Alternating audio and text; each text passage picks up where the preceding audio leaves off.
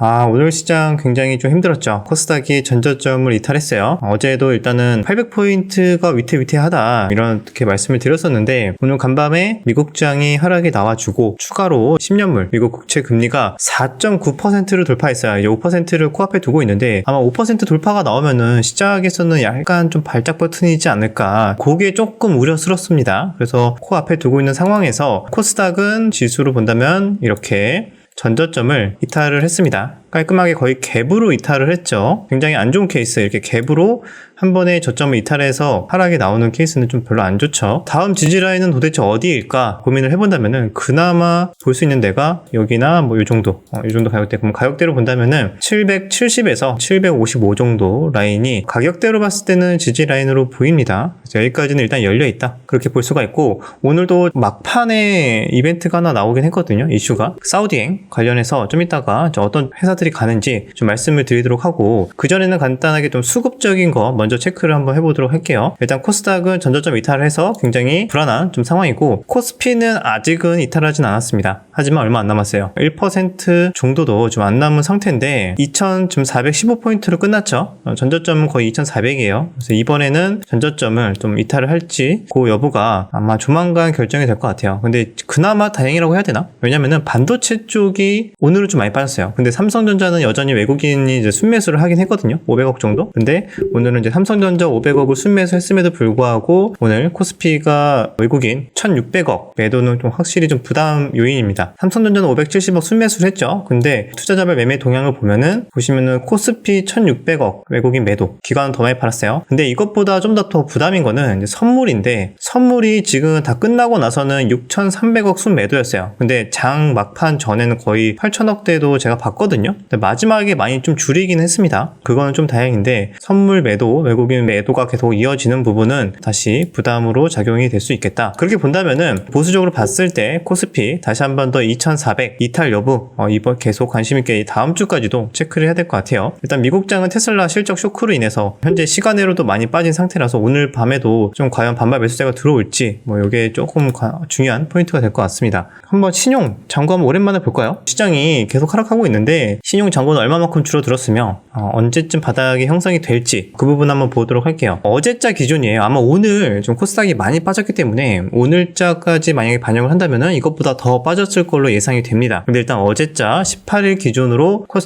코스피 합쳐서 본다면은 18조 5천억 정도. 근데 10월 13일날 18조 4,600억이거든요. 3일 만에 1,000억이 늘었네. 1,000억이 오히려 신용이 늘었습니다. 아마 요거는 추정을 해본다면은 이 3일 동안에 요 사이에 오른 거, 반도체, 하이닉스, 삼성전자가 좀 올랐잖아요. 그런데 반도체 섹터에 또 우리 야수의 형님들이 이때다 하면서 이제 신용 또 한 1,000억 정도 지른 것 같아요. 근데 오늘 좀 많이 아프지 않았을까? 좀 그런 생각이 드는데, 그래도 10월 초보다 10월 초랑 비교를 해볼까요? 10월 4일날 비교를 해본다면은 19조 4천억이었는데 18조 5천억이니까 대략적으로 9천억 정도 감소를 했습니다. 그래서 오늘 만약에 코스닥의 하락이 좀 더 가팔랐으니까 코스닥, 코스피 오늘 조금 신용 잔고 줄어들었다면은 아마 제 생각에는 1조 이상 좀 줄어들지 않았을까? 10월 초에 대비해서. 그러면 이제 18조 한 4천억 정도라고 만약에 예상을 해본다면, 그래도 보통 바닥을 형성을 했을 때 우리가 예전 영상에서 보신 분들은 기억하시겠지만 17조 대, 그죠? 17조 대가 보통 단기 바닥을 형성하는 경우가 많았더라. 통계적으로 항상 100% 일치는 안 하겠지만 그렇게 본다면은 앞으로 한 5천억 정도? 5천억도 근데 많은데 5천억 반대에 나오면은 이것도 만만치는 않겠지만, 그래도 이번 달 들어서 일단 1조가 빠졌으니까 조금만 더 빠지면은 그래도 좀 물량적인, 좀 수급적인 부담은 조금 줄어들 수 있다. 이렇게 이해를 하시면 좋을 것 같아요. 아직까지는 좀 수급적인 매물들, 이런 것들에 대한 부담이 있다. 대외적인 변수, 전쟁 확전 가능성이 높아지고 있죠. 푸틴, 시진핑은 만나가지고 지금 서로 막 친구 막 프렌드 거리고 있는데 반미 전선을 좀 구축하고 있다고 하거든요. 이것도 계속 체크를 해야겠지만, 부담스러운 거는 지금 헤즈볼라까지 전선에 참여를 할 가능성이 높아지면서 확전 가능성이 확실히 높아지고는 있습니다. 그것도 계속 추적을 해야 될 것 같고, 그리고 오늘 국내 이슈로는 이제 한은 기준금리를 6번째 동결을 했어요. 근데 이게 일단은 뭐 당연히 대출이 많으신 분들 입장에서는 다행인 건데, 근데 이게 우리나라의 전체로 봤을 땐 과연 좋을까? 증권시장으로 봤을 때 과연 좋을까에 대해서는 생각을 해볼 필요가 있는 게, 미국과의 금리차가 계속 벌어지고 있습니다. 자, 그럼 실제로 점점점 금리차가 벌어지고 국채 수익률까지 점점점 벌어지기 시작한다면은 확실하게 외국의 자본금이 이제 빠져나가겠죠. 미국으로. 딱히 메리트가 없어져요. 그러면은 환율이 어떻게 되겠죠? 우리나라 원달러 환율이 외국 자본이 빠져나가면은 올라간다. 환율 한번 볼까요? 1356원. 올해 들어서는 거의 신고가 부근이에요. 한 1360원 초반대가 거의 신고가였던 것 같은데, 지금 요 가격대를 왔다 갔다 하고 있습니다. 작년에 아마 여기 1450원 여기까지 갔었는데, 요때 이후로 올해 들어서는 지금 거의 최고가 부근에 올라왔어요. 그러면 이렇게 금리 격차가 계속 이어지고 외국인 자본이 빠져나가고, 그러면 자본시장 흔들리고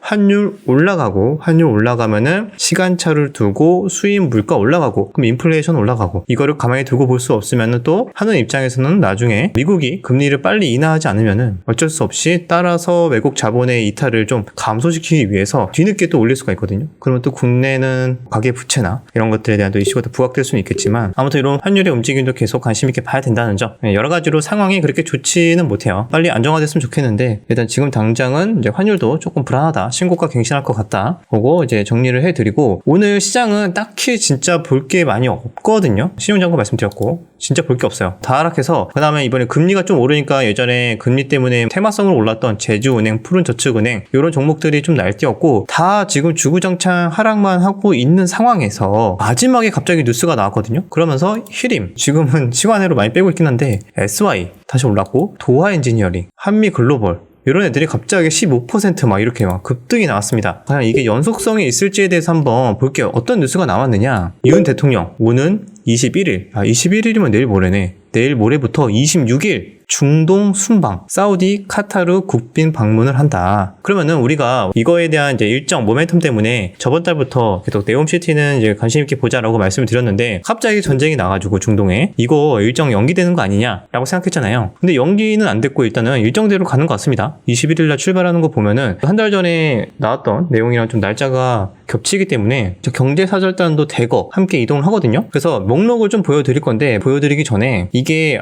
조금은 약할 수도 있겠다라고 생각이 드는 이유가, 네옴시티 수주를 위한 총력전을 벌인다기보다는 지금 안 그래도 중동 상황이 별로 안 좋잖아요. 그래서 형식적으로는 가서 안보 정세를 논의할 예정이라고 합니다. 그 다음에 민간인 사상장, 이스라엘 팔레스타인 사태로 인해서 민간인 사상자 급증에 이제 우려를 표하고, 거기에 따라서 인도적 지원을 할 것을 조금 이야기가 나올 것 같아요. 그러면은 우리가 기대하던 네옴시티 수주에 좀 뭔가 모멘텀이 확 올라오기에는 뭔가가 아쉽죠. 근데 여기에서 가서 대놓고 막 전쟁에서 민간인 지원하고 막 이런 상황에서 대놓고 우리 회사 빨리 수주 적극적으로 밀기가 지금 상황이 약간 좀 그렇죠. 그래서 거기에 조금 묻히는 느낌인데, 근데 또 조용히, 그러니까 형식적으로는 이런 거 주로 얘기하고 또 뒤로는 협상의 기대감이 올라올 수 있습니다. 왜? 지금 사절단 목록을 지금 이거를 봤거든요. 자, 보여드릴게요. 자, 이거 사절단 목록인데, 자, 삼성전자부터 현대차, 한화, 다 가죠. 그럼 여기에서 테마성으로 올랐던 종목 중에 특징으로 보였던 종목이 여기 도하 엔지니어링 보이네요. 도하 엔지니어링 여기 보이고,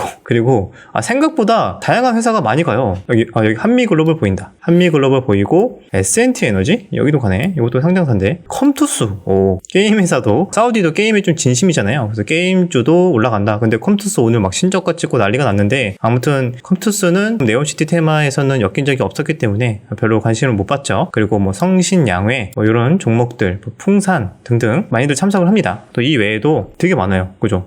다 간대 이거. 여기까지. 여기도 있어요. 보면은 너무 많아. 성형외과도 간다고?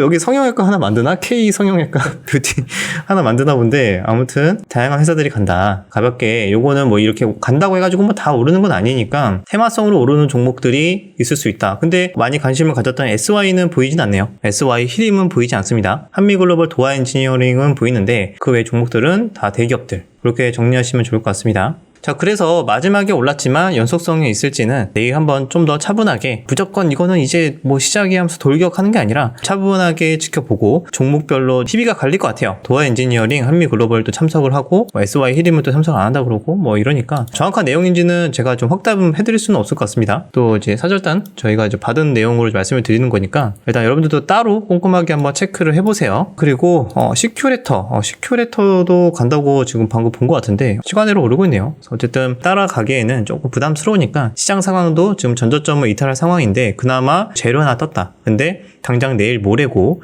물론 26일까지 순방이 나오지만 지금 전시 상황 속에서 얼마나 과연 네옴시티 수주의 모멘텀이 붙을지는 그게 아쉽다. 다른 차원에 대해서 많이 논의를 할 것 같습니다. 자, 그래서 오늘 이슈는 이 정도밖에 없는 것 같습니다. 대부분 차트가 지금 무너지고 있고 저 같은 경우에는 시장이 더 추가적으로 많이 무너져서 과대 낙폭 그런 것들 종목들 노려볼만 할 것 같고 그게 중요한 것 같아요. 과대 낙폭인데 아무 종목이나 그냥 과대 낙폭 잡으면 안 되고 여기서 포인트가 있습니다. 어떤 종목을 과대 낙폭을 해야 할까? 첫 번째는 당장 최근이 아니어도 돼요. 한 달 전, 뭐 2달 전, 3달 전에 엄청나게 주도주급으로 관심을 많이 받았던 종목들 하루에 거래대금 2, 3천억 이상씩 터지면서 관심을 많이 받았던 종목 한해서 과하게 이격을 벌리면서 많이 빠지는 종목들 추가적으로 투매가 나온다면은 그런 종목들 내에서 매수할 수 있지 않을까 개인적으로 그렇게 생각을 하고 있고 그래서 대장주급 거래대금 크게 터졌던 종목들 그리고 따로 개별적으로 악재가 안 나와야 돼요. 그냥 과하게 빠졌다는 이유로 공략을 하는 게 아니라 따로 크게 악재는 나오지 않았는데 그냥 시장 때문에 엄청나게 빠진 거야. 뭐 21선이랑 저 밑으로 이격이 엄청나게 벌어지면서 크게 빠진 경우 이런 경우에는 오히려 시장이 또 반등이 나올 때 크게 나오죠. 아무 이유 없이 일단 시장 때문에 빠졌으니까. 그래서 좀 실적이 좀 양호하게 성장하고 있거나 실적이 어느 정도 받쳐주는 종목 내에서 대장주의 역할을 했었고 현재 21선과 이격이 많이 벌어져 있고 그 상황에서 시장의 투매 때문에 또 과하게 신용 물량이나 이런 것들이 투매가 나온다면은 거기에서는 오히려 적극적으로 단기 기술적 반등이나 트레이딩 관점으로 접근해 볼 수 있다. 그런 관점까지 좀 말씀을 드리면서 오늘 시장은 여기서 마무리하도록 하겠습니다. 여기저기 뭐 이것저것 많이 알아봤는데 차트 공부할 만한 내용 나오면 언제든지 그 주제로 또 말씀을 드리도록 하고 자, 힘든 시장 모두도 힘내시고 10월달 잘 버티시면서 또 다음 좋은 기회 잡았으면 좋겠습니다. 내일 영상에서 뵙도록 할게요.